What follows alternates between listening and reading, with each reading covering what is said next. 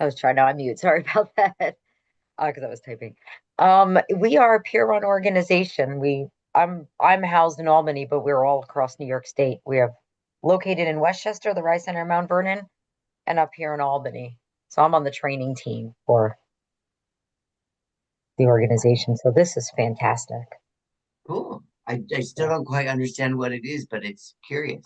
We're mental health based, but we're peer run, which means we all identify or have with has having had some life trauma or gone through the mental health system, criminal justice Right? system, and we kind of, with our lived experience, help others. That's the Yeah. wisdom. I love that. Yeah. So it's about it. We're running a minute late, you guys. 60 seconds late. Oh my God. You know, this is like that story with the hair and the little timepiece and the young girl who fell down the hole. So why don't we get started? Can everyone see this graphic? Yes, yes. Okay, good. So let me introduce Peter. After a near-death experience, Peter Bedard. Did I pronounce that right? Bedard? Close enough. Okay, bettered. Return to a life of chronic physical, emotional, and spiritual pain. Through years of healing, he transformed suffering into wisdom, conveying convergence healing, which looks like it has a copyright, a holistic method for overcoming anxiety, addiction, and pain. With a master's in consciousness studies and training in hypnotherapy, Peter has helped thousands worldwide reclaim wellness and purpose. A former dancer turned author and healer, he offers private sessions, workshops, and global talks.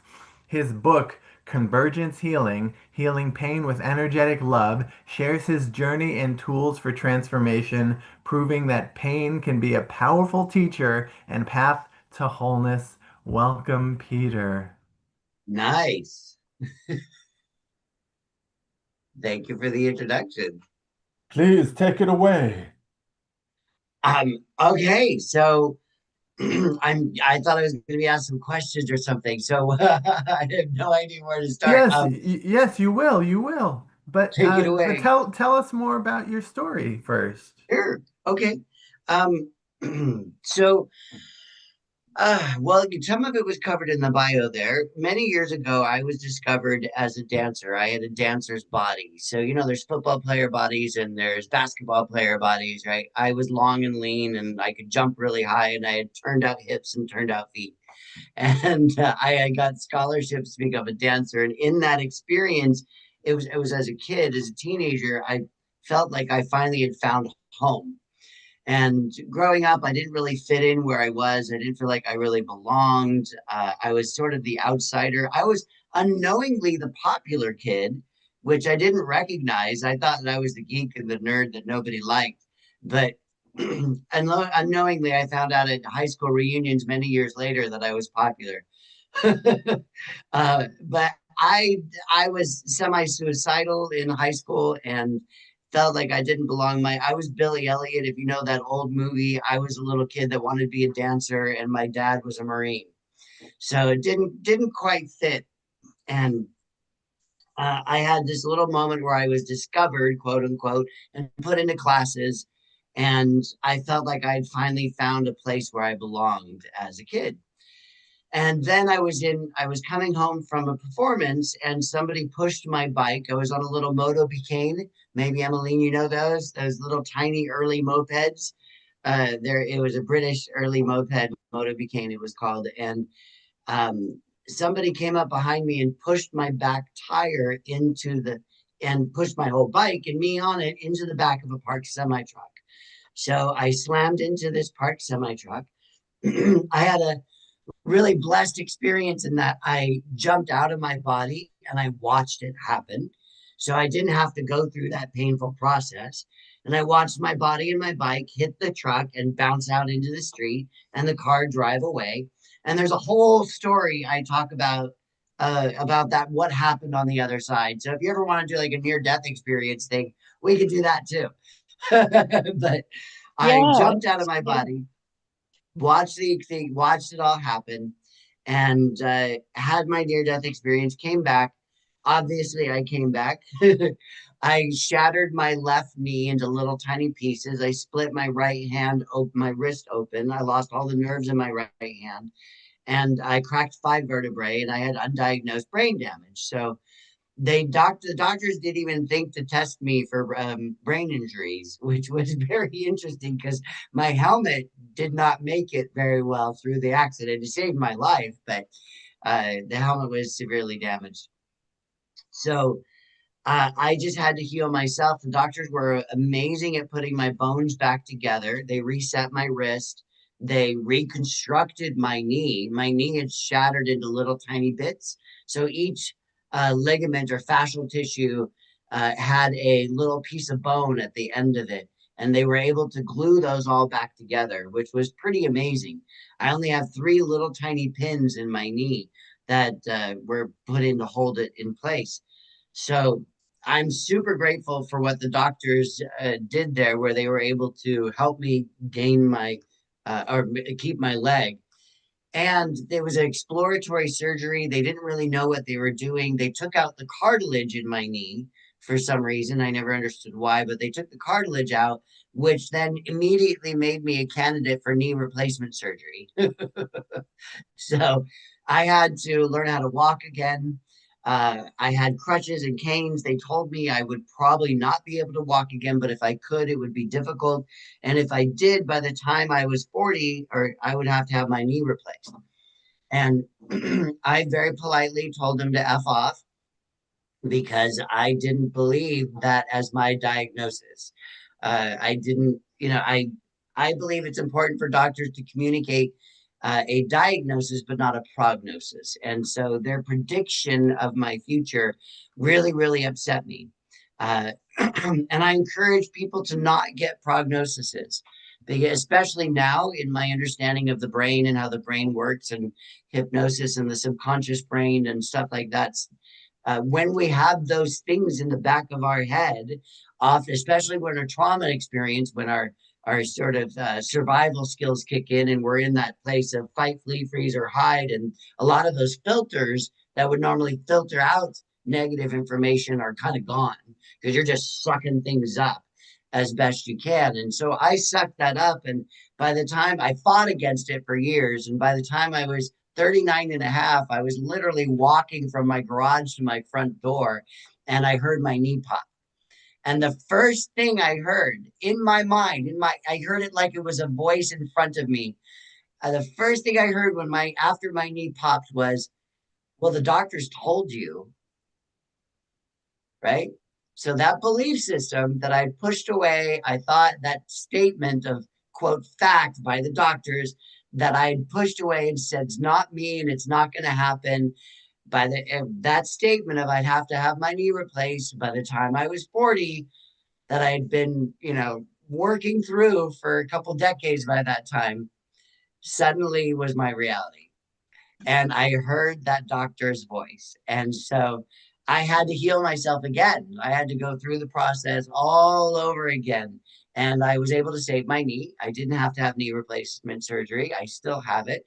And, these surgeries are every 8 to 10 years on average. So I'm almost 60 now. I would have had probably a good 4 knee replacements by the time that I reached this age, which I'm so grateful that I did not follow my doctor's advice. I love medical doctors, don't get me wrong. And there are times where their practice um, has a limitation, right? They have 2 skills that they use. They have drugs, pharmaceuticals, and surgery. And those could be amazing things. I am so grateful they put my knee back together.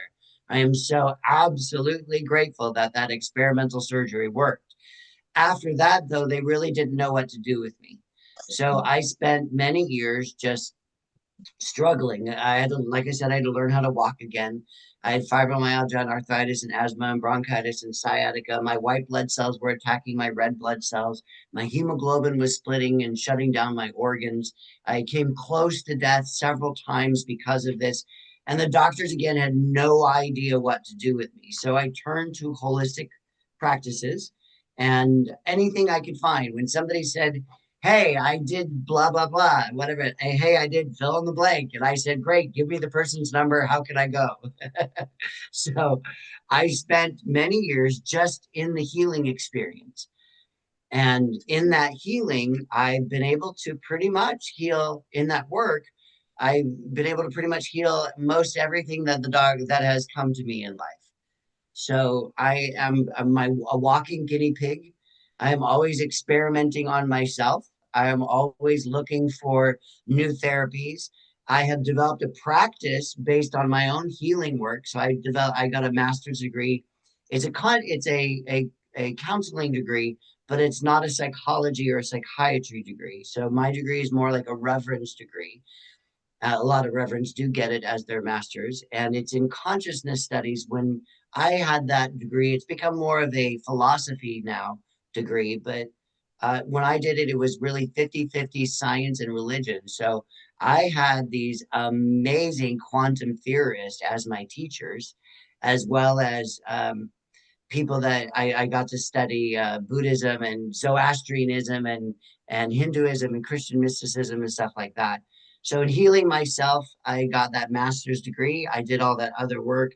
I started working with neuroscientists and understanding the brain and how the brain influences our well-being physically as well as our mental and spiritual health. And I developed a whole process that I used to heal myself, turned that into a process I used with my clients. And that then I was writing as a manuscript just to like share as a PDF. So I wanted to give my clients, when they came to me, something to go home with. And that PDF was shared with a friend who shared it with a friend who shared it with the president of Simon and Schuster. And I ended up being a first-time published author. And so that's what this book is that we were talking about at the beginning, The Healing Pain with Energetic Love. And then my other books came. And so those are about working through anxiety. I have another book about loving your depression that I don't know when I'm going to finally publish it, but it's done. So there's a nutshell of where I came from and how I got here. That was a very incredible story, Peter. Um, so, so I think what Peter would like to do is to engage us. And now there's this whole story about his near-death experience and what he saw on the other side. If anyone's curious about that, I know I am.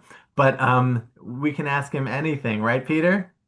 Yeah, absolutely. I would I love when I give I've been so blessed. I've worked with Stanford University. I've been done keynote speaking in Istanbul and different places around the world. It's just been so blessed. But everything I do, I always like it to be experiential because I was one of those people that read self-help books, but then I put it down, right? And I believe that it's why I have the anxiety book turned into a workbook, right? Because when we actually go through a self-help process, but then we actually engage with it, right? We answer questions or we go through exercises or we do those types of things. Then I'm bringing healing in the world. And so that is my mission statement. My mission statement is very simple. It's to bring wellness, and so I like to do experiential things. So even if I'm giving a talk or something like that, I'm all about learning to love our pain and work with our pain in order to create that healing. So if there's somebody that wants to do something or have questions about that, I'm right here. I have a question. Miss Go ahead, Motorola. Marcel. Yes. What did you see on the other side? So do you want to go into that? Because that's a bit of a story. And we can come Yes. back and do another near death. So this is a question for you, Dan. Do you want to focus on the near death experience or do you want to focus on the healing work? What is your intuition telling you, Peter? Um, Oh, I mean, I'm happy to do both. It's just so the near death experience is a little long of a story. So I can just say okay. in a nutshell that um, when I do give talks, I like to start some of my talks out as by saying that death is the best thing that ever happened to me.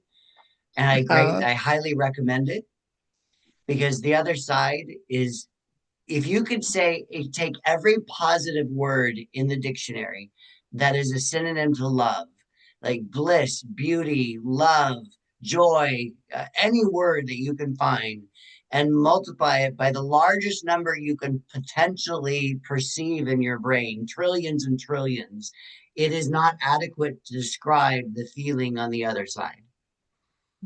The feeling of love, the feeling of bliss, the feeling of connection, the feeling of oneness, the feeling that you can't get this life wrong, no matter what you do, no matter what you've done.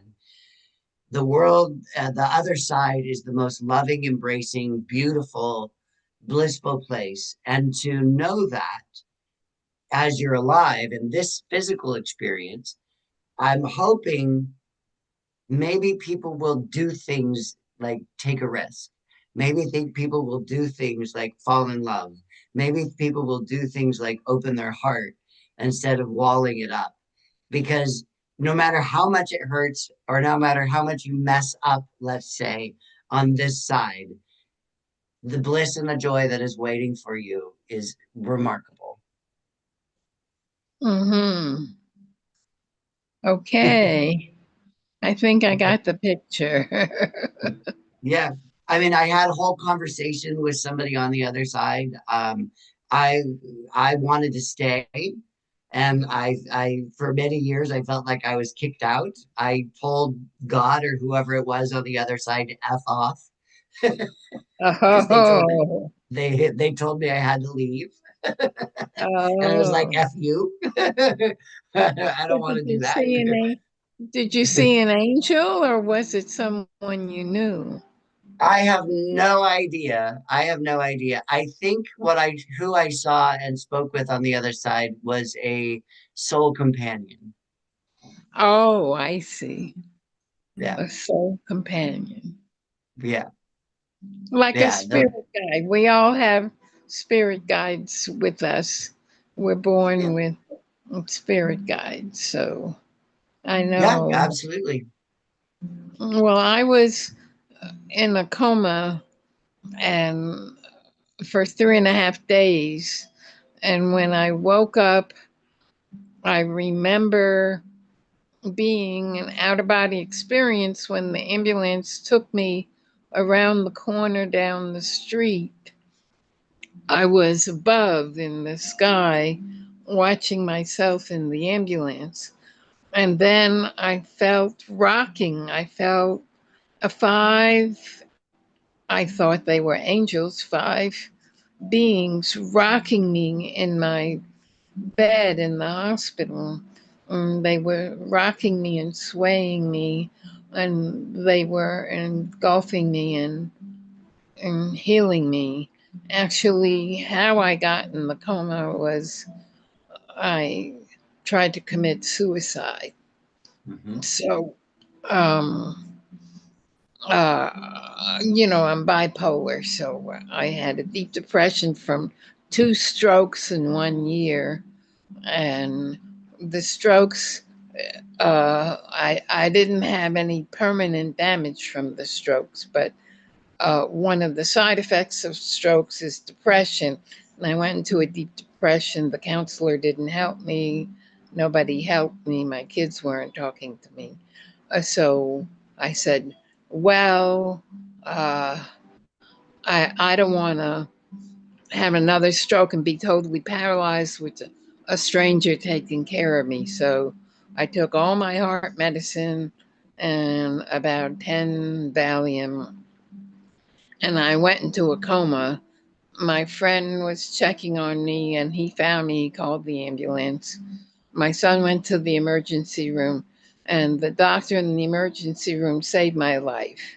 When I woke up, uh, uh, because of who I thought were the angels rocking me, I said, they're watching over me. And uh, I don't think I'll ever do it again. Uh, my kids came to my bedside during the 3.5 days I was in the coma. I guess they were praying for me, and they decided to be close to me after that. So that was the only good thing of trying to commit suicide. But Mm-hmm. I felt the, uh, I guess it was the angels around me. So I felt I always have these angels watching over me for the rest of my life. That happened in 2004, and now I'm 80 years old, and I have a lot of medical problems and pain, arthritis pain, whatever, and a heart condition. And when they act up, and now I've been getting migraines, and they cause chest pains and asthma attacks. Uh, uh, and I say to myself, okay, I won't take my nitro. I'll just let myself have a heart attack and die. And then I say, wait a minute, I can't do it. And uh, so, but I'm always thinking in my next lifetime, I'll do this and that. In my next lifetime, I believe in reincarnation. So, uh, but I can't think that. I have to think of this lifetime to live on. I know my kids will be upset if I do it again. And so I have to bear with it and take medicine for depression, medicine for bipolar, medicine for anxiety, and I have other medicines for the physical problems. And I keep going on and on. It's just visiting doctors and trying. I was in the holistic movement. I used to listen to Gary Null, and I take a lot of vitamins now to help. And I know the holistic movement. I do meditation. I tried to go to a meditation group. I went to a meditation group that prays for peace on earth. And I wrote some prayers for peace on earth. I sent one to President Biden when he was campaigning, and then he Marcel, quit. Marcel, I'm sorry. Marcel. I'm going on and on. I'm sorry. Yeah. No, don't be sorry, Marcel. That was an extraordinary experience you had, and you survived, and it brought you closer to your children, and now you're suffering still, and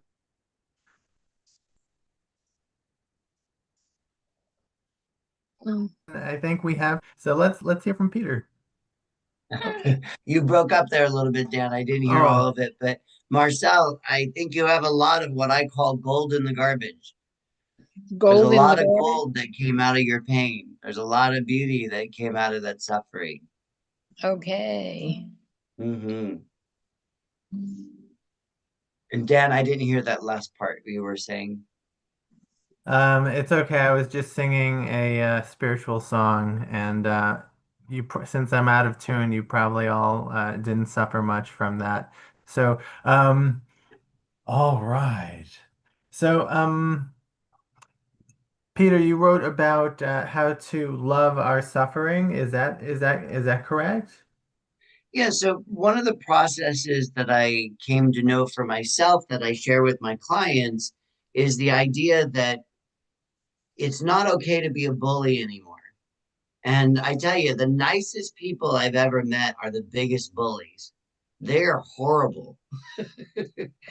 And what we do is we bully ourselves, right? When we have something we don't like, whether it's a physical experience, a mental experience, or a spiritual experience, it doesn't matter, right? The brain understands pain is pain is pain. The brain doesn't sift out physical pain or compared to mental pain or emotional or spiritual pain. The brain just understands whatever is uncomfortable or painful experience is pain. And so one of the things that we do to ourselves, but keep that in mind for later, but one of the things we do to ourselves is we get mad and angry at the parts of us that are suffering, right? We beat ourselves up. We make ourselves wrong or bad. Something we don't like about our bodies. We're constantly speaking cruelly to that part of ourselves. I hate my belly. I hate my thighs. I hate my whatever it is, right? Well, and we, especially if it comes to a health condition, like maybe a heart condition or something. Can you imagine what your heart feels like when you're telling your heart, I'm so angry at you for not beating properly? Right? I'm so angry at my knee, I could say. I get so angry and frustrated with my knee that it's not doing what I want it to do, or working as hard as I want it to do, or it's not strong enough or whatever. And I get embarrassed because maybe I can't, I'm walking with a limp, and then people are asking me, oh, are you okay? Or I mean, that type of experience and doing those things to ourselves is very cruel. And we do it all the time, and we speak to these parts of ourselves as if they're the enemy. I and not to anybody here, so to the side. I hate you. I can't stand you. I wish you'd go away. I'm embarrassed of you. I'm ashamed of you. Right? We speak that language to these parts of ourselves, and that's not okay anymore. The parts of us that are suffering, they need to be loved. They need to be loved more than anything. And when we actually change our attitude towards those parts and speak differently towards those parts, then healing literally takes place. I've seen little miracles happen, even just by the way that we communicate with ourselves. So, one of the things I do in a process that you guys could even do right now is I ask you to take the part of you that is suffering, a part that you don't like, whatever it is, and to give it a name and a shape. And this was taught to me by a neuroscientist friend, that when we are in a painful experience of overwhelm or whatever, it's like our brain shuts down. He described it as a wet blanket. Like we get a wet blanket gets pulled over our head and we feel stuck. We don't know what to do, where to go. We're frustrated, right? It feels like we're just in that holding pattern. And it's a very painful experience, and it just builds our anger and resentment and whatever. And one thing that I learned is that when you could give that part of you a shape or a name, it could be anything. The only rule is it cannot be a close relative. It cannot be your mother, right? So the trauma that you had or the anxiety that you experienced cannot be another person. It could be a younger version of you. It could be the shape of, and the sharpness of a knife. It could be a empty hole. For whatever reason, Bob the Blob is something that I always use, right? Oh, there's that part of me that's suffering. Bob just showed up. Apologies if you know anybody named Bob or Robert, but there's Bob the Blob, right? And Bob is heavy and thick and drippy and just this like gross black oil slick kind of experience, right? Very, very angry and unhappy. So that's, let's say, the pain in my knee. There's Bob the Blob. Now I can actually do something with Bob. So instead of being overwhelmed, oh, the pain just showed up, the anxiety showed up, the panic showed up, I go, oh, Bob's in the room. And then I could say, well, Bob's hurting. I feel that hurt. Bob is hurting. I need to actually love Bob. So I wonder if I could actually hug Bob or shower Bob in a golden light, or use my words and my language, the frequency, the sound of love, and share that love and actually send that love to Bob. Right? That's why I have in my name, Peter, love your anxiety, right? The anxiety is actually there, and it's there for a purpose, right? It's trying to protect you. It's trying to get you to fight, flee, freeze, or hide. It's trying to do something to support your well-being. And I wonder if instead of getting upset or wanting to drug it or being angry with it or then feeding the fear, right? Oh my God, Bob just showed up. What do I do now? What panic, right? All that kind of stuff. Maybe I can go, oh, okay, I'm feeling this experience. There's a part of me that's suffering. I'm going to actually love that part. And then I'm going to ask it what it needs in order to heal. What can I do right now to help you feel better? What can I do right now in this moment? And I came to understand that all healing is physical, mental, and spiritual at the same time, right? So I give the example of one of my professional football players, right? These guys come to me, they have their knee busted up, very similar injury to what I had, right? These guys come in and the doctors are working physically with them, which is amazing. And what about the mental state? right? Because their mental state is often in a panic. It's often in major anguish, fear, all kinds of stuff. What am I going to do? How am I going to play? Am I going to be able to complete the season? Have I lost my career? What about my contract? I'm going to let my team members down. I just bought a $14 million house. What do I do? Right? That mental panic and anguish, right? And then on that heart level, I don't know if you've ever played or been around athletes. Oftentimes these guys or girls have started at 8, 9, 10 years old. Like it's what they love. It's like part of their identity. It's who they are. It's their passion. It's their joy. And suddenly to have that taken away from them is a very painful experience. So their heart is breaking, not knowing if they're ever going to be able to play ball again. Right. And so understanding that, and I could ask a question with you guys, what hurts more, a broken bone or a broken heart? Right?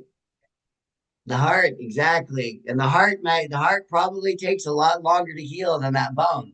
Right, Laura? Right?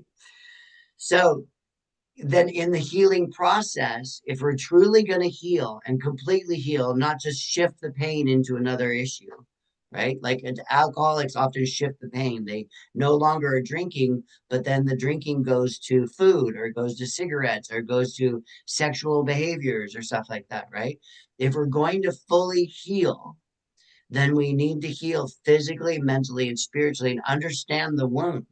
So my football player, yeah, he needs to do that body work and that on that healing physical side, but he also might need to roll around in the grass, right? He also might need to feed his heart and listen to his heart and that fear in his heart and love his heart, right? He also might have to think and change his thoughts because his thinking, that repetitive anguish, catastrophizing, all of that type of stuff, maybe they need to take their thoughts and move their thoughts into a different place through meditation or mindfulness or chanting or even just like watching silly cat videos, right? That literally shifts your thinking pattern. I love silly cat videos, right?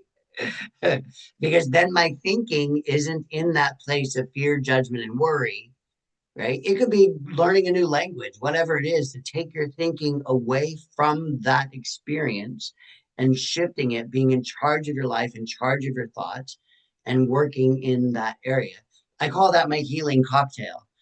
Right? It was inspired in the 90s when they were doing these drug cocktails and the idea that we're going to heal, we're going to work on healing cancer and HIV by these drug cocktails. And I was wondering, well, what would a healing cocktail look like? What would a holistic cocktail look like? And what would it be like to actually do these things in the same period of time? Because what I was doing is I was living paycheck to paycheck. So I was working in one area, like I was going and getting some chiropractic work or something. I was doing acupuncture, or I was doing something else, but there were long periods of time in between them. So I wasn't really addressing all of those levels in the same moment, or at least within the same day or two. And I discovered that by combining those practices, combining my healing work, maybe doing a bunch of mantra and chant work, right, at one point, and then doing some physical body work, and then doing something else, and combining those experiences, my healing accelerated. It actually exponentially accelerated. And so those are things that I talk about in primarily this book, right? About how to combine these processes and follow these processes and how to listen to that inner voice, how to talk to the part of you that's suffering, and how to set the critical brain that has a that always wants to figure things out, setting that part of us aside so we can just listen and take in information. So I talked a lot. Did you guys have any questions about that? If you have a question, please simply unmute yourself or raise your hand and we'll see it. I love that voice, Dan. It was great. What about this voice? Okay. Laura Caputo, are you raising your hand? Oh no, she's not raising her hand. I was not raising my hand, but I was saying, no, I don't like that last voice. It was very weird. I think Cheryl had her unmuted first. Well, I'm just wondering about the energetic love. That, Mhm. yeah, um, a part. And well, and you've been saying those parts of us that are in pain need love more than anything. Um, yeah, I guess that maybe that's all I have to say. I just that's really spoke to me. And that book that you have about the Mhm. energetic healing Mhm. pain with energetic love, Mhm. is that like the PDF that you gave to? It No. was that it was a PDF that I gave to somebody who then gave it to Simon and Schuster, who published and purchased the book, and it became this. Mm-hmm. Yeah, Mm-hmm. yeah. And So I've go yeah. ahead. No, no, no, you go. You go. Well, I want to read you the last paragraph from the book. So this is something, and I think you'll understand what the energetic love means a little bit more, right? It's about the way we think, it's about the way we behave, it's about the way we look at ourselves and communicate with ourselves, right? And so the last page of the book, I write, remember, you are not your pain. You are the glorious human being beneath the pain.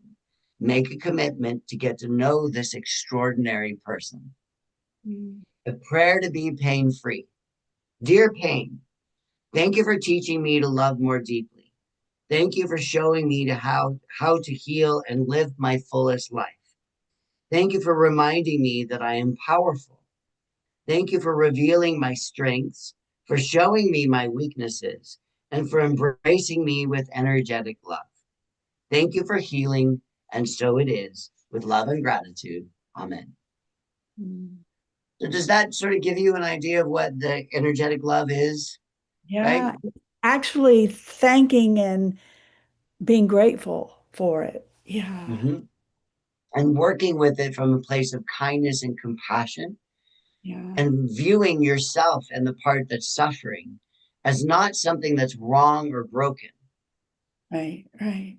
It's a part of you that's calling you to be even greater, to stand taller, to be even more powerful, to develop those strengths, right? To use those muscles. It's calling you to rise up. Does that make sense? Yeah, because I kind of have a tendency to think of pain being separate from me, Mm-hmm. and that I've got to somehow muster up enough love to love this painful part. But the way you do that is there, it just feels like thanking it for being a part of me. Yeah. In other words, It's there's a not that separation. it's a little bit of both in a very interesting way because we want sometimes we feel so identified by the pain, right? Hmm. That's like that wet blanket I talked about, right? That just covers us over. Like when I used to do a lot of work with addiction, and the people, they identified that they were the addiction, right? So Right. whether it was drugs or alcohol or sex or food or whatever it was, there was this understanding, oh, they were so beaten down or whatever that they were that. And my fundamental belief is that you, and the truth of who you are, is you are whole, perfect, and complete, and you always have been. And these experiences that you're having, whether it's addiction or trauma or anxiety or a pain or a tumor or whatever it is, these experiences you're having, they are not who you are. They are simply experiences, Yeah. right? That the core of who you are is whole, perfect, and complete. But oftentimes that experience kind of overwhelms and wraps us, and we feel that. So Yeah. the healing process is to know, well, this is my pain. I get it. It's mine. And I'm going to step away from it. And I'm going to have perspective and now be able to work with it. It's coming from me, and I can now do something about it. Does that make sense? Yes. Yes. So it's a kind of an interesting thing. It's one, taking radical responsibility that, oh, this is mine, right? This is my body. This is my life. This is my breath. These are my thoughts. This comes from me. Now, maybe it didn't originally. Maybe it was taught to you. Maybe it was dumped on you. So the truth of who I am is whole, perfect, and complete. So maybe I can step away from it and learn to love and embrace it so that it can heal. And then this part of me no longer needs to suffer. Is that helping? Yeah. And there's something coming up. I don't want to talk too long, but like, okay, this part of me that is whole and complete always Now, that was. isn't part of you, that is the core of you. Yeah, that's who I really am. Yes, And always has been and always will be and is now. exactly. Okay. Mhm, When pain arises or this human, whatever, that experiences pain, mhm. when it arises, I guess I do kind of panic. Uh, and I had this way of wanting to push it away. Mhm, But if I could appreciate that it's just reminding me of who I really am. mhm. Yeah, okay, now it's kind of settling. Yeah, You know, oftentimes, in order to level up, let's say, in order to expand consciously, that pain has a purpose, yeah. right? That pain is if I I would I love the person that killed me, as odd as that may sound, right? Somebody Yeah. literally murdered me, took my life, slammed my body into the back of a semi truck, right? I could hold on to that and be angry about it. I could hold on to that and be a victim to that experience. And I would be very justified, right? Someone stole my body, literally, right? They stole my health. They stole my well being. They stole my ability to dance, the thing that brought me more joy than anything in the world, right? They had stolen that from me, right? When I work with my like people that have been deeply abused, right? There was something that was stolen from them. Now, I could hold on to that as a victim and I could be angry and I would be very justified in that. And that experience hurts me even more. Okay. So, from my highest self to the highest self of the person that caused me harm, I send them love because that's my freedom. Hmm. Does that make All sense? right. We have a hand up that has been up for quite some time. Nice. The patient Kilaya. Hi, Kilaya. Thank you. Thank you. I'm appreciating what you're sharing and just trying to incorporate it into what I've learned before. So I have some questions. Um, First thing is this related at all to John Sarno's work? I'm familiar with his Healing Back Pain, where he talks about pain having relating to a love-hate relationship, and having some like analogy.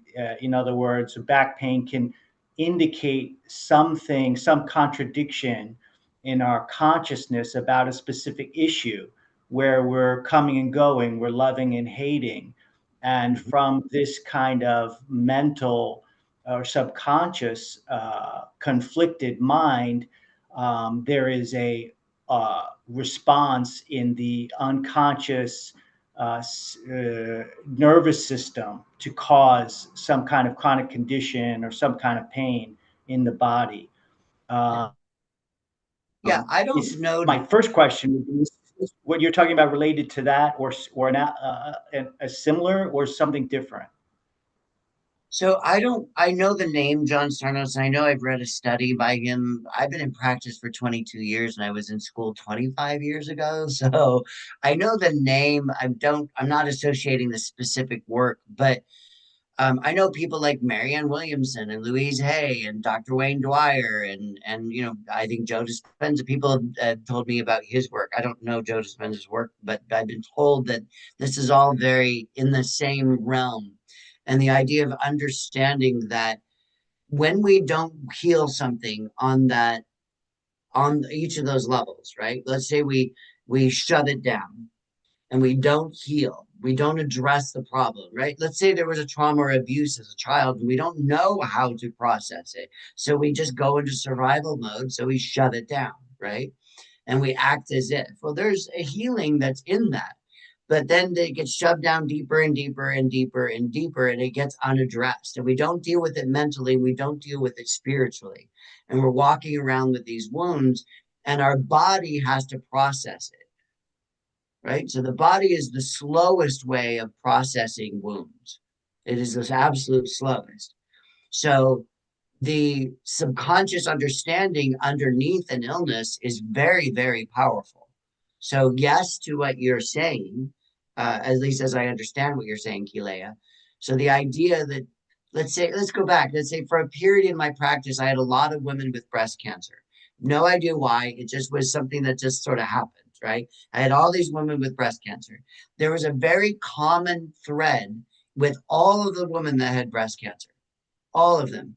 And in the healing that we did, there was a very common experience, and it was that none of them had been properly nourished as young girls. None of them have been properly mothered. And all of them were over mothering as adults. All of them were taking care of all of their older parents and mothering their older parents, mothering their spouses, mothering their children, even mothering people in the workplace. Some of them even called themselves like the office mom and stuff like that, right? Right? And they were over giving and mothering everyone else, but had not learned how to receive that mothering like energy. Right. So it's kind of an odd thing that as a gay man, I'm working with these women, right? And I'm actually helping them learn how to receive loving energy, right? Like I'm holding their hand and So you're saying helping them. they lacked self-love. That's the issue that you saw It causing the. wasn't so much, it's let's say it's a type of self-love, right? That self-love of taking care of yourself. Like my cancer clients, my female cancer clients taught me that being selfish is a beautiful thing, is an amazing thing. I wish more people would actually be selfish, truly powerfully selfish. And when you understand that word, we tend to make the word selfish the same as self-centered. And they are very different words. Being selfish is taking care of the self, nourishing the self, filling ourself up, right? That So mothering like experience. Does that make sense? it does. I guess when you say self-love is nourishing ourself, um, This form of I, it, yeah. right. My question is it the whole and complete self, whole part of ourself, or is it also including possessions that we have that are not whole and complete? Like, do D, we love, huh? D, E, all of the both? above. D, all of the Okay, above. so we need to love um, not only who we actually are, that's whole and complete, but we need to love these other things that we've acquired, right, in this lifetime that are not whole and complete. And the more that we have, the more we have to love. So if we have less of these things, it's a simpler job. I don't know about that. I think it depends on each person. And I don't know if it's as much loving the stuff outside of us. You have to first start on the micro. We have to first start on the self, right? And the within ourselves, right? So I had to love the person that murdered me, right? I had to love the person that abused me. Now, be careful. Forgiveness and love doesn't mean that what happened is okay, right? It's not okay on a grand, big scale. It's not okay what Hitler did. It's not okay. It's not okay that all the people that participated and helped that process happen. It's not okay. It's not okay that my client that was deeply abused and and physically harmed, sexually, physically, and mentally, emotionally, that's not okay. And we do have to forgive. And when I can rise above, like my human self may not be able to forgive, but from my highest self to that person's highest self, I'm going to send them love until I can. Because that love is my freedom. That forgiveness is my no longer participating in suffering. All right, all right. Thank you, Kilai, for that question. Emmeline, could you step forward, please? I have to be selfish and go to the bathroom. And Emmeline, Awesome. could you possibly go around the room? It's time for a check-in, like on our emotional well-being. How is everyone feeling today? And anything you have to say, Emmeline, I'll see you later. Bye, Dan. I think, Ted, did you have a finger Yeah, raised? Yes, I yeah. spotted it. Go ahead. And then we can have a. I learned from what you said, and I have to love myself regardless of my schizoaffective disorder, which causes anxiety. So I have to love myself even though I have this disorder, which causes anxiety. And you helped me realize that. Yeah. If I may said, you have to love yourself as you. Mm, The schizoaffective disorder is something that's on top of you. It's mm, not the truth of who you are. mm, You are whole, perfect, and complete. You are having this life experience, and to love this part that has anxiety or suffering or whatever it is, to actually give it love while recognizing that you are absolutely whole, perfect, and complete. okay. Beautiful. This reminds me of a quote from Meister Eckhart, who says that there's a place in the soul that cannot be wounded, the deepest dimension within, right? Let's Absolutely. have a little quick round and hear from the people who have not spoken yet. Ferg, I can see that. I'm guessing Ferg is for Ferguson. You jumped in. Hello, how are you? I'm well, thank you. Lovely to have you. Yeah, nice to be here. Laura, how are you doing? Oh, we've got two Lauras. Yes, Laura Gonzalez. Yeah, feel free. Do you want to share anything? How are you doing?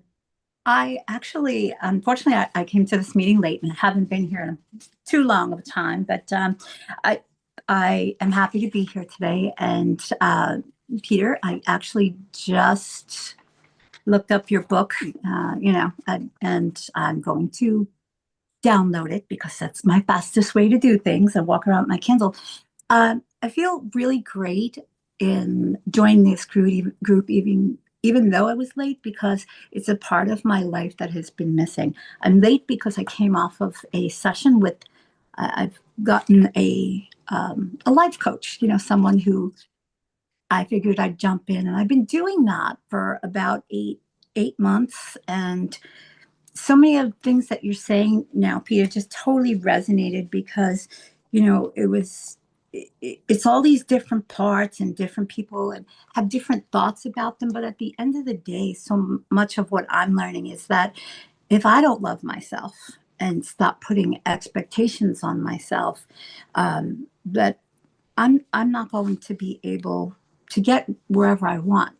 And wherever I want to go right now is to just be happy, start my day off in a positive mindset of, I'd like to have some fun today.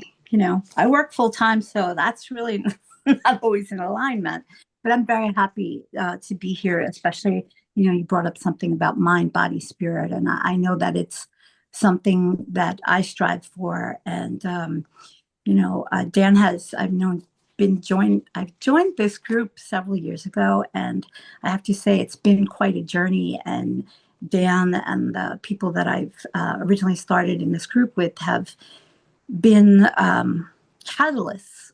Conversations have been a catalyst to go on my own journey of reflection and finding love and my spiritual self, and having all those things be in alignment with each other, that mind, body, spirit. So in the short, I'm very honored to be here today. Very happy I joined, even though it's late. So thank you for having me. thank you for checking in. Who have we not heard from? Laura Ann, how are you? We've not heard from you yet. Hi, I'm okay. How are you? Good, thank you. Is I there enjoyed anything you'd like to share? listening to our guest speaker. I felt a lot of pain. I mean, I started contorting my face and oh my God, I don't envy you for anything in that pain, but I understand how you've owned it and used it to your advantage, your whole situation, and I appreciate that. Thank you.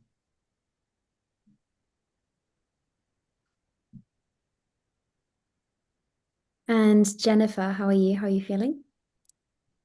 I'm first and foremost feeling grateful that I was catching up on work emails because I was sick this week and saw this in here because I will try to be back regularly. Dan, I love this. I love what you do here. And it's resonating with me on many, many, many levels. I am a breast cancer survivor.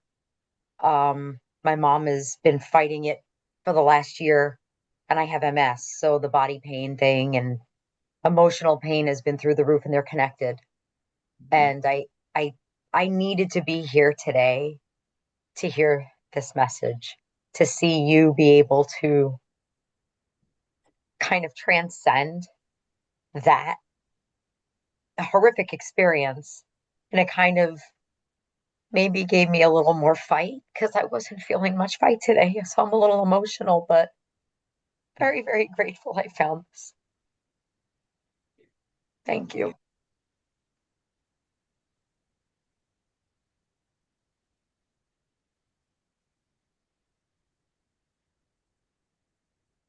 Is it okay if I ask a question if nobody else has one? I'm really fascinated by, well, language in general, really, as the sort of strange relational tool we've created of ourselves and how it separates, unites, conceptualizes all of the above, right? And so one of the things I love the most is coming in contact with how many times in how many different ways can we speak about the truth through how many different angles, and how many colors can we bring to it to sort of, look at it through different sort of perspectives. Which is why those ND experiences that we hear from are so incredibly potent, because they bring us to a deeper level of understanding that is beyond the mind, that sort of drives you away from the architecture of this world we've created for ourselves. And it's a bit of a roundabout question, but bear with me, it's coming. So the reason why I'm fascinated with that is that essentially everything we're saying here is falls under the category of who am I? Because in order to remember what and who to love, you have to remember who you are first, and also who you're not. Thoughts, emotions, the body being expressions and manifestations of this pure state of being, consciousness, right? And so my question to you, Peter, is because you have gone through such a specific event in your life, I'm guessing one of the byproducts of this event was a very clear shift in consciousness, because you have encountered something beyond this realm.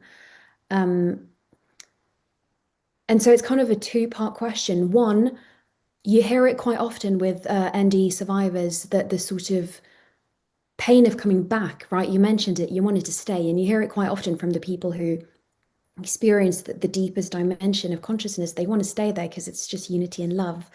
So how was coming back? And also then in terms of expanding on this coming backness over the years, have you found that despite knowing the truth, despite knowing that you're pure consciousness on an experiential lived level, having moved beyond the illusions of this 3D realm, have you still found yourself falling back into the sort of avatar / all the worlds of play / believing to be the body, the mind, your feelings, and experiencing suffering? How do you cope with having experienced these two dimensions and reconciling them in your lived life, So there is a Buddhist statement that says, before enlightenment, plow the field.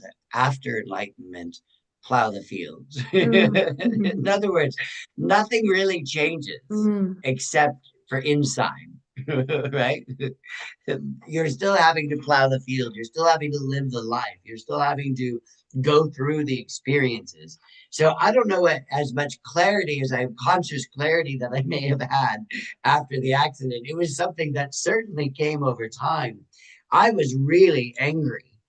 Part of my near-death story that I didn't share is that on prior to that experience of being pushed into the semi-truck, I was really, really angry. And that anger came back the moment I was here in physical form. Wasn't that interesting, right? On the other side, it was absolute bliss. Coming back here, all that anger was still waiting for me. I had to figure out what to do with it, right? So that idea of, yes, I have quote unquote achieved maybe a level of understanding. I don't even like to say enlightenment. It sounds so ego driven, right? I have achieved a level of understanding as far as what I experienced on the other side, what I've experienced since then, what I've experienced with love, my heart, with the close to death experiences that I've had outside of my near death experience, right? In having to heal myself. Somebody once asked me, so you don't have pain anymore? And I was like, are you kidding me? Of course I have pain.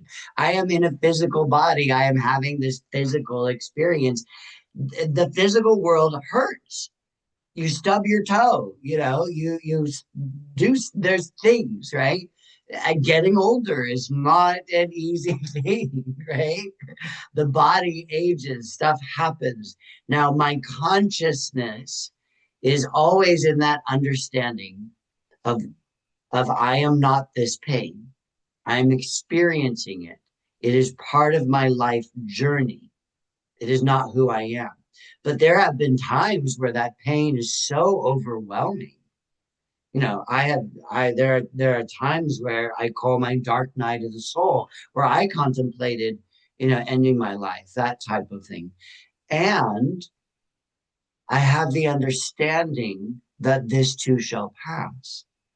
I have the understanding that I come from love, I will go to love. I am the wave upon the ocean, and I am of the ocean. We are one. I am an expression of that ocean right now. And I am an expression of that ocean. I'm supposed to have these experiences. I think a lot of theology or a lot of super religious or spiritual people make the mistake of bypassing, and they go into an understanding of they're not supposed to experience pain, and you're not supposed to experience suffering. Suffering, like the Buddha said, is optional. Pain is part of the life experience, right? And when we understand that, because our culture teaches us not to. Our culture teaches us that any pain you have, there's a drug for that, there's a pill for that. It should be avoided at all costs. And there's a beauty in the pain. There's a beauty that the gold in the garbage I mentioned earlier that comes from the pain. Avoiding pain is an absolute waste of time. It's an absolute waste of time, right? That's what working in addiction taught me. My clients for years, I was out in what we call the Malibu, the rehab Riviera out in Malibu, right? In California, where there's all these rehab facilities and all these people are so trying to avoid their pain. When we embrace the pain, again, that's the energetic love. When we embrace it, whether it's physical, mental, or spiritual, it's not that you don't feel it, but you get to rise above it. I call it in my therapy practice, I call it riding the wave. So I may be in a pain cycle right now and I'm feeling it, but I'm riding it. I'm going with it. I'm working with it. It is no longer able to overwhelm me. Does that make sense? I hope that answers your question, because although I've had these experiences, I certainly, and I am very philosophical and I am very spiritual. I don't necessarily think that spirituality is an escape from pain. I believe it's a deeper understanding and expansion through it.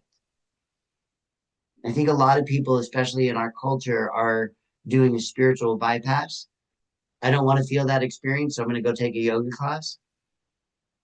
I don't want to be around those negative people, so I have to go and meditate. And there's a lot of spiritual bypassing instead of being present and conscious. Is that, I don't know if I answered your question, Emily. No, Did you I? did. Absolutely. Yeah. Yeah, absolutely. It's your personal experience. So you did. It's the art of allowing what is. Yeah. Absolutely. Kalaya, you have a question. Thank you. Thank you.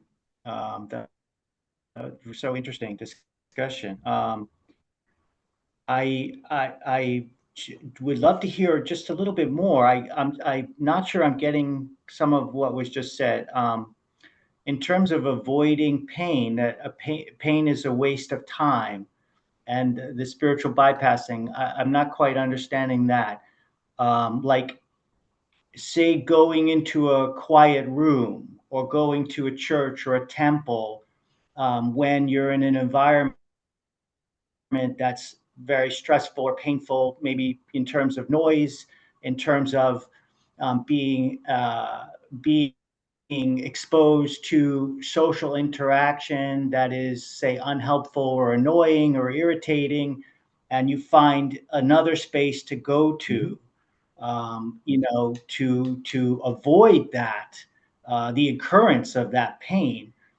Is that what you're saying is a waste of time here? Like, and Let me that address let me address that question, Kilaya, right? Very directly. So when you are in an experience of, let's say you are very sensitive at hearing and it's a really loud place and your nervous system is getting overwhelmed, removing yourself from that painful experience and going to a quiet place is absolutely self-care. It's that self-centeredness, selfishness I've asked you to do. Absolutely. Continuing to let that be an excuse for not involving yourself with the world or hiding from the world instead of learning from it and overcoming it is a problem. So learning to expand, learning to grow, like this is something, again, I don't know where you guys are in recovery or any of that type of stuff, but let's use alcoholism, right? I never tell my clients to stop drinking. Never. Because the alcohol has been doing something good for them. It has been helping them survive. And I never would want to take that away. And the need for it, I do want to take away. So the need that is coming in, like, why do they need to numb themselves out? Right? Why do they need to avoid? Well, maybe they have so much pain, they have so much trauma, they have childhood abuse, they have sexual abuse, they have these different things. Instead of facing it, they need to remove themselves and go drink. Great, good for them. Now, hopefully, they will no longer need to be drinking because they healed that trauma. They went to that understanding that the core of who they are is whole, perfect, and complete, that they can never, ever be harmed, never truly harmed. Like that quote from Eckhart Tolle. Eckhart Meister, I think you said it was, right? Right? That they can never truly be harmed. To understand that, right? So now I no longer need the alcohol in order to heal because I've healed myself. Self-care, absolutely. Practicing that energy of selfishness, taking care of yourself, nurturing yourself, filling yourself up. Absolutely. Riding that wave of pain until the wave is no longer there. Right? But there's a weird thing in our culture where there's a popular word now about trigger. Oh, you're triggering me, or this is triggering me, or that is triggering me. And so all we do, especially in younger people, is avoid the trigger. So that just creates more pain. It just means that you're hanging on to the pain even longer. So how many years you're going to keep avoiding that trigger? Because every time you avoid that trigger and you don't actually heal, you're just extending the lifetime of the pain. Does that make sense? Yes, it does. Oh, hello. All right, we have a very fun thing that we're going to do now.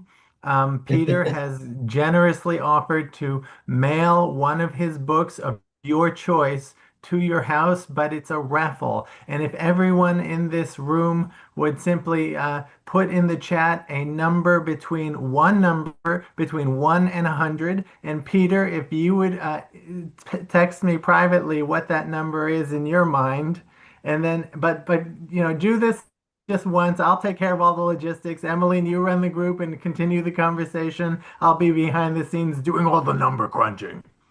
Dan, let me follow. Let me see how to do this. City Voices, there you are. All right, Dan, I think this is going directly to you. Hopefully it is. There's the number. And you get any one of the books. You can get the storybook that's above, right? I'm pointing to it right now. You can get the Convergence Healing book, or you can get the workbook right here that's based on the storybook, right? The same story, but this is actually working through the process by coloring and answering questions and going through the process. So I'll send any of those books, whichever one you pick.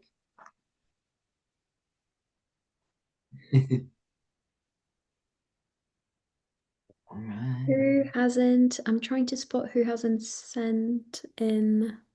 I Helen, don't do you want to? understand. This is like Oh. one book that will be kind of auction? Yes, whichever book you'd like, one of the three that I'm offering. But what are we supposed to? We're supposed to put in the chat some number. A number. I'm thinking of a number between 1 and 100, and whatever person, whoever gets closest to that number will win the book, and I'll mail it to so you. it's only one book that you're offering. Okay, Only, yes. You can always buy the book if you would like to. It's on Amazon. It's all over. There's an audio version of the Convergence Healing book as well. Mhm. All right, Dan.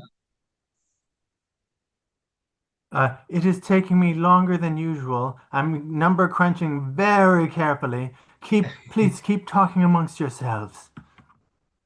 So the idea of rising above, right?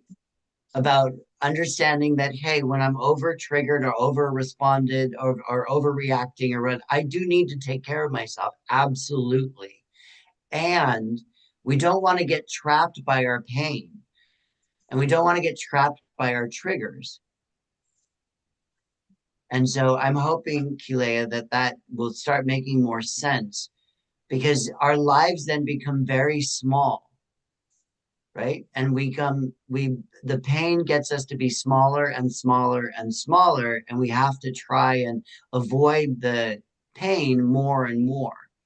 And when we can actually start to desensitize ourselves to it, understand what it's doing for us, because it's always benefiting us in some way. It's always trying to protect us in some way. And then find a way to love it so that it can heal. That's when we ride the wave and overcome it.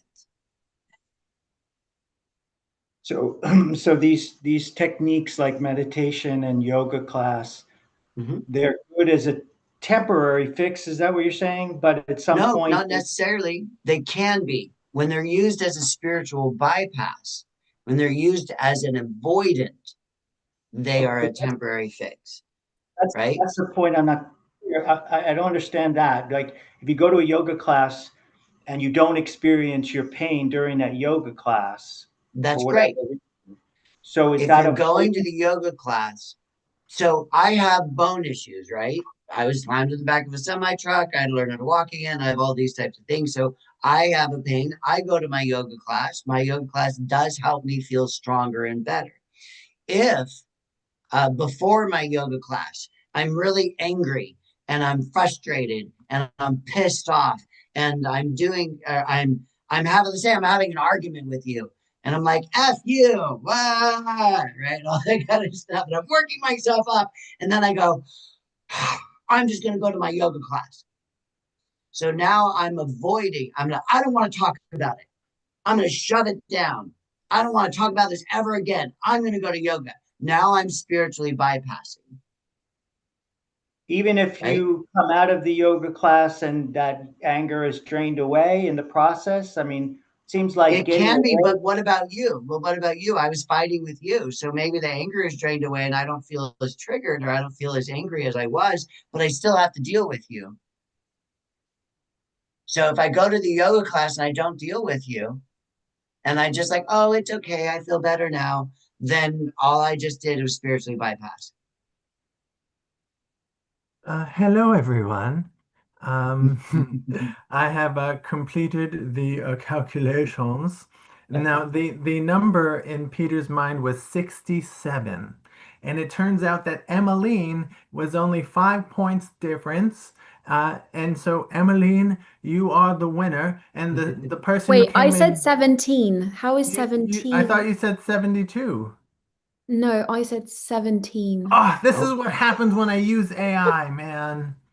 All yeah. right, then I guess Wait, was it 71? Is that what it was? no, Then it it was was 60. 60. So then I 60. think Laura So who's Caputo. closest to 67? It Laura would be Caputo? Laura 60. Oh God. Laura No, said probably Ferg 77. actually. 60, 32 would.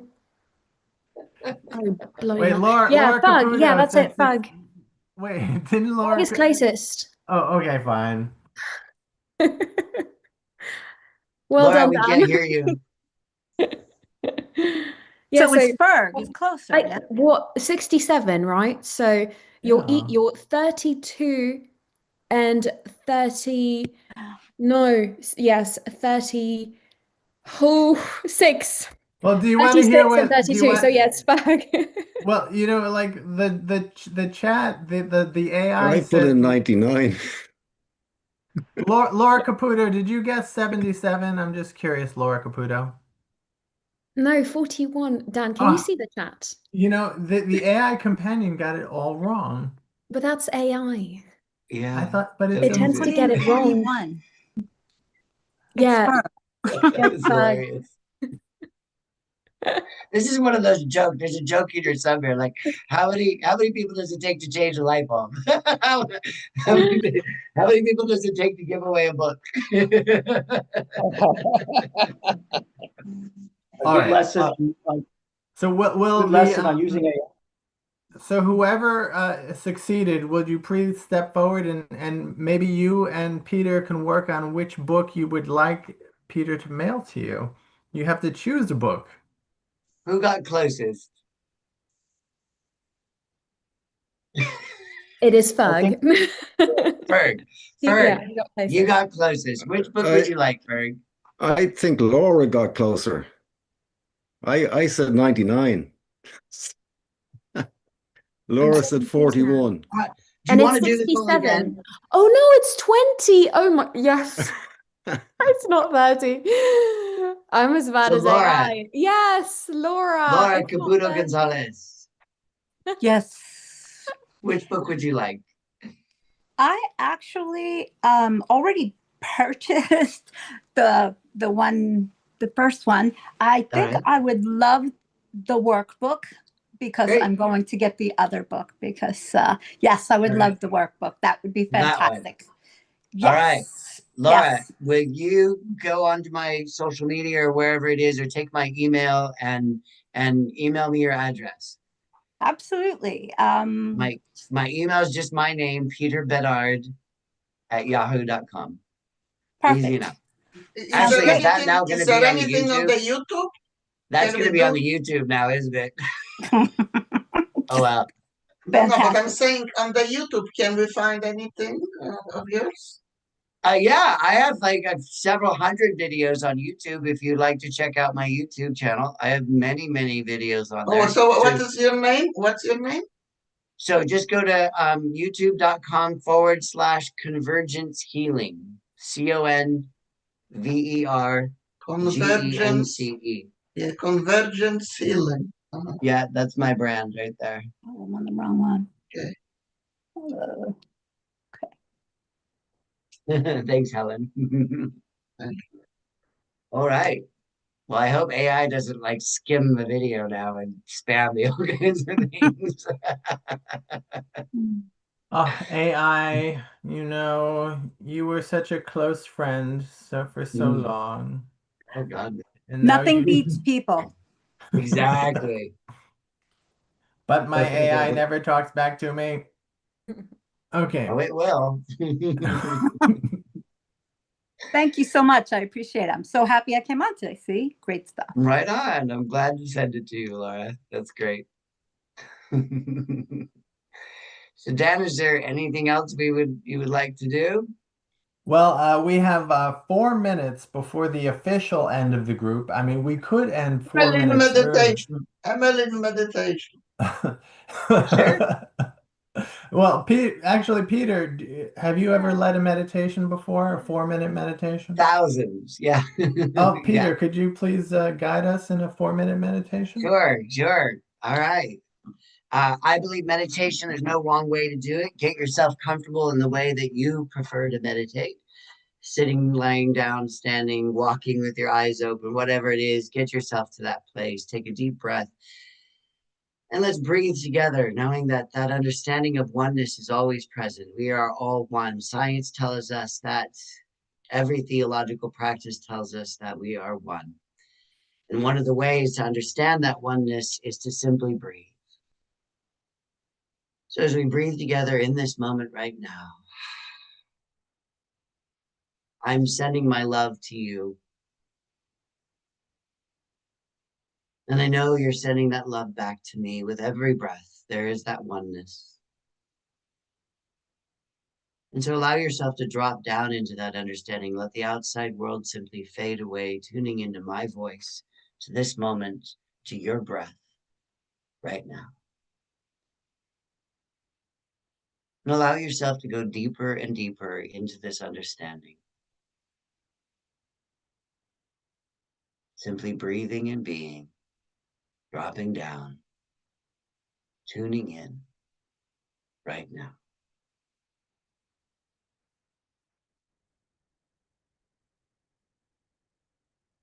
And I'd love for you to call forward that truth, to remember your truth, that the core of your being, that who you are is whole, perfect, and complete.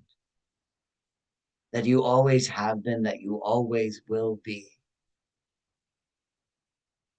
To shower yourself in that energetic love and that knowing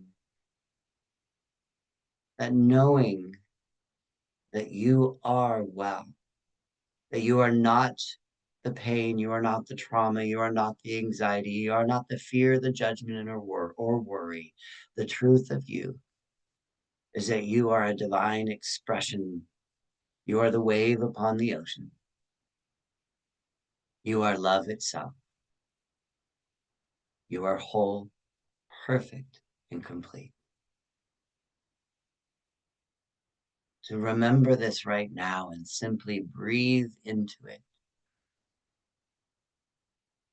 And using the tools of the brain, I'm inviting you to know love as a color. To know that color and to breathe it into every fiber and tissue of your body. To wake up and remind all of the parts of you, every cell, every atom. To remind all of those parts, physically, mentally, and spiritually, of your perfection, of your wholeness right now. To bring that love, that beautiful color to any part that may be in a place of suffering.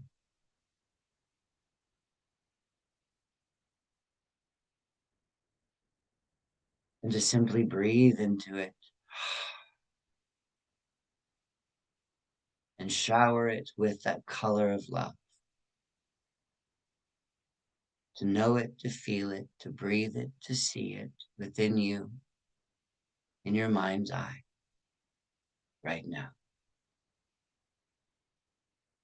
I'm inviting you to say to yourself, I love myself so much that I walk this truth forward into my life, physically, mentally, and spiritually, every day, in every way.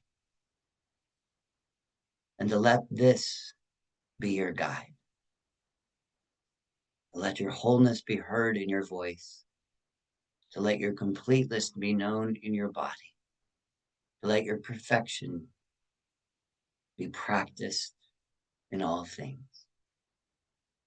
Coming back from this moment, from 0 to 1, rising up at 2, expanding, growing, and learning at 3, loving even more deeply and powerfully at 4, breathing in, 1, 2, 3, 4, and 5, eyes open now, wide awake.